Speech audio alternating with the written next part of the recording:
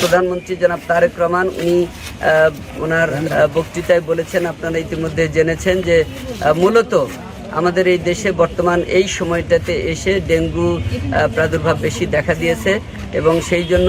দায়ী মশকের যাতে বংশবৃদ্ধি হতে না পারে এই জন্য যদি আমরা সবাই যার যার অফিস আঙ্গিনা বাড়ির চারিদিক বাড়ির আশেপাশে আমরা পরিষ্কার পরিচ্ছন্ন রাখি, তাহলে সেখানে যদি ময়লা আবর্জনা না থাকে সেই ময়লা আবর্জনাতে বিশেষ করে ডাবের খুলি, মাটির পাত্রে ভাঙা অংশ বা অন্যান্য যেখানে পানি জমে থাকে যেখানে মশার বংশবৃদ্ধি হয় সেগুলো যাতে হতে না পারে এই জন্য আমরা যদি প্রতিনিয়ত এগুলো পরিষ্কার করি তাহলে আমরা এই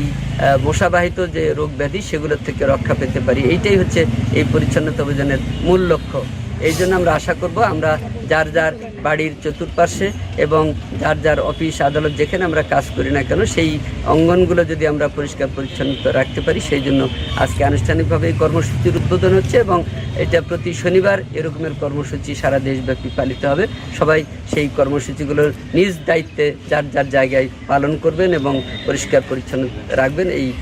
পরামর্শ আমরা দিতে চাই।